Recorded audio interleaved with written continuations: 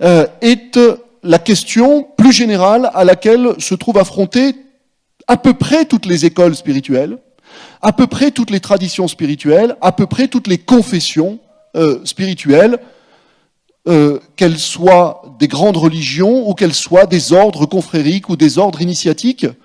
Le monde a tellement changé depuis au moins 2 siècles, depuis l'irruption un peu partout de la modernité, que cela pose des questions de survie ou d'adaptation à toutes les grandes traditions spirituelles, quelles qu'elles soient. Et le soufisme, de ce point de vue-là, n'échappe pas à la règle. Alors, bien entendu, chaque époque est nouvelle. De tout temps, pour quelque école de la vie spirituelle que ce soit, c'est déjà posé la question de son renouvellement et du milieu à trouver entre eux, ou de l'équilibre à trouver entre eux, d'une part, la fidélité à des héritages, la capacité de transmettre un certain nombre d'héritages, et en même temps, la nécessité non seulement d'adapter, mais aux époques de grands changements, donc non seulement d'adapter, mais de réinventer, voire de refonder complètement un certain nombre de pratiques. J'ai eu donc l'occasion d'observer cela de l'intérieur. J'ai vu comment, dans cette confrérie soufie, un certain nombre de grandes thématiques fondamentales, à la fois fondatrices historiquement et fondamentales sur le plan des principes, continuaient d'être transmis. Je parle de ces principes. Et j'ai observé en même temps à quel point il était difficile pour ces principes, pour ces pratiques, de se perpétuer, encore une fois, dans un monde qui a beaucoup changé. Alors, nous avons convenu ce soir, on dit nous avons convenu, je ne sais jamais. Nous sommes convenus, oui, c'est beaucoup mieux, oui. Voilà, je vais dire ça. Donc nous sommes convenus ce soir d'intervenir un gros quart d'heure chacun, avant de donner donc la parole à nos blogueurs qui vont, comme toujours dans nos séances, nous interpeller.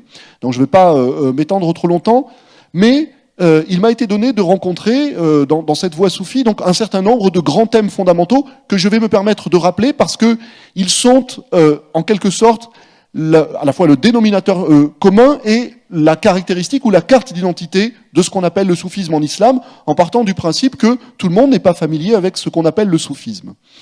Le soufisme est une voie, se présente souvent comme une voie qui est une voie de réalisation spirituelle. Une voie de réalisation spirituelle, c'est-à-dire une voie qui engage le disciple soufi, celui qu'on appelle souvent le pauvre, le faqir, qui l'engage dans une voie qui est une voie de transformation intérieure. Une voie de transformation intérieure qui va dans le sens d'une prise de conscience, d'une élévation du niveau de conscience, de l'être, donc, une élévation qui se produit au fur et à mesure qui est dispensé l'enseignement d'un maître, et au fur et à mesure de la participation du disciple à des rituels qui sont à la fois des rituels individuels, qui sont d'un côté des rituels personnels et de l'autre côté des rituels collectifs. Et cette prise de conscience, qu'on appelle donc un phénomène de réalisation spirituelle, pourquoi réalisation? Parce qu'on réalise qui l'on est, on devient ce que l'on est, on réalise ce qui, au départ, est en soi une possibilité de conscience, mais une possibilité de conscience qu'on n'a pas à sa disposition spontanément, eh bien, on le réalise dans une direction que les soufis appellent toujours la direction de l'unité. La prise de conscience à laquelle visent les soufis est la prise de conscience de l'unité, de ce qu'ils appellent le tawhid.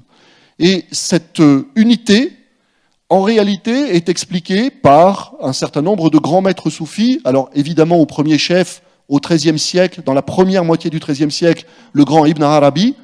Cette unité est expliquée de la façon suivante. Ibn Arabi nous dit, Dieu n'a pas seulement créé le monde. Ça, c'est la doctrine exotérique, c'est-à-dire la doctrine de la religion commune, la doctrine courante de l'islam, en l'occurrence. En réalité, Dieu n'a pas seulement créé le monde, il a créé le monde à partir de sa propre substance. C'est-à-dire qu'en réalité, dans le monde, dans l'univers, il n'y a que l'être de Dieu. Il n'y a que la manifestation, sous 1001 visages, à travers 1001 formes, de l'être même de Dieu. Et le travail spirituel du soufi, le travail de transformation intérieure du soufi, c'est un travail par lequel, eh bien, chacun aiguise son œil, ce que les hindous appelleraient le troisième œil, hein, ou l'œil intérieur, ou l'œil du cœur. Souvent les soufis emploient cette expression de l'œil du cœur, jusqu'à ce moment de prise de conscience, les soufis disent de kashf, c'est-à-dire de dévoilement, dans lequel, effectivement, le disciple se rend compte qu'il y a, en toute chose, une même présence. C'est donc, si vous voulez, l'approfondissement de ce qui est simplement postulé par la shahada de l'islam. Il n'y a de réalité qu'Allah. Mais ce qui au départ, donc, je devrais le faire avec la main droite, je le fais avec ma main gauche, je suis gaucher, alors moi je suis un musulman de la main gauche, on va dire. Mais, on fait ce qu'on peut. Hein. Ce qui est simplement, si vous voulez, postulé par la foi, quand on dit je témoigne que, ashhadu, je témoigne qu'il n'y a de réalité qu'Allah, ce n'est pas une vision, c'est une croyance, c'est une espérance, ça peut être l'objet d'une conviction. Mais l'ambition des soufis de tout temps a été de dire qu'en réalité, l'être humain est capable d'aller spirituellement beaucoup plus loin, beaucoup plus haut, il est capable de vivre le témoignage, de devenir véritablement un être du témoignage, parce qu'il est capable de vivre le témoignage comme une expérience permanente. Et à partir de là, évidemment, c'est-à-dire à partir de cette transformation intérieure, il y a, du côté du soufisme, toute une éthique. Toute une éthique, c'est-à-dire toute une mise en pratique de ce qui a été réalisé dans l'intériorité. Parce que la conséquence éthique, c'est-à-dire la conséquence morale, est extraordinaire. La conséquence morale est de ne pas pouvoir considérer comme un ennemi ou comme un étranger celui que j'ai en face de moi.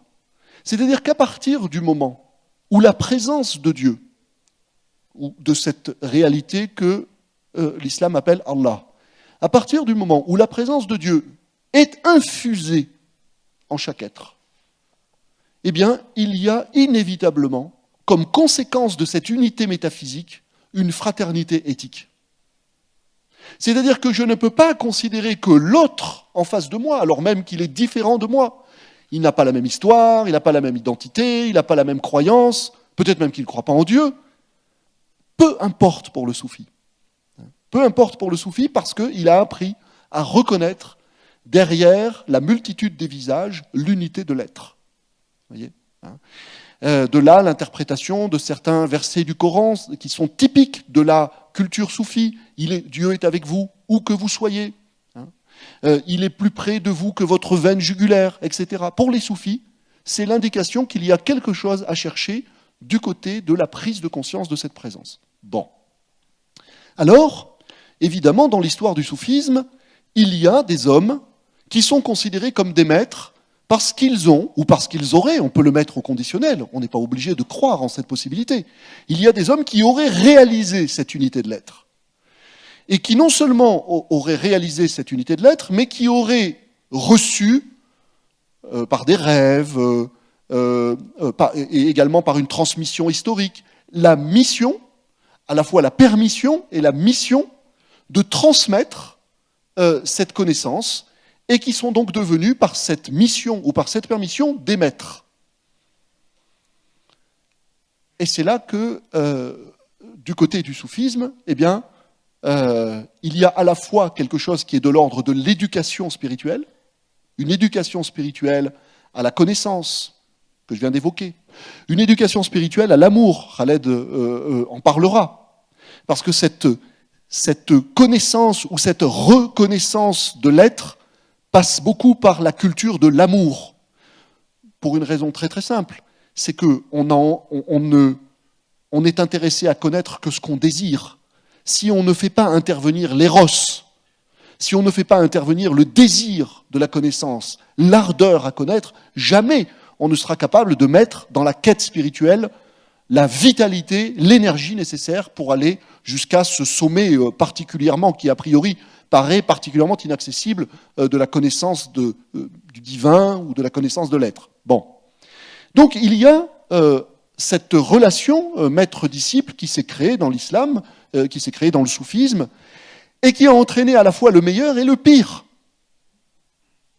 Le meilleur et le pire, pourquoi? Le meilleur parce qu'il y avait une tarbiya, il y avait une éducation spirituelle, et le pire parce que, inévitablement, des êtres qui avaient acquis cette aura de là l'aura d'ailleurs en partie du soufisme, mais cette aura d'être des hommes réalisés, c'est-à-dire des hommes qui ont d'une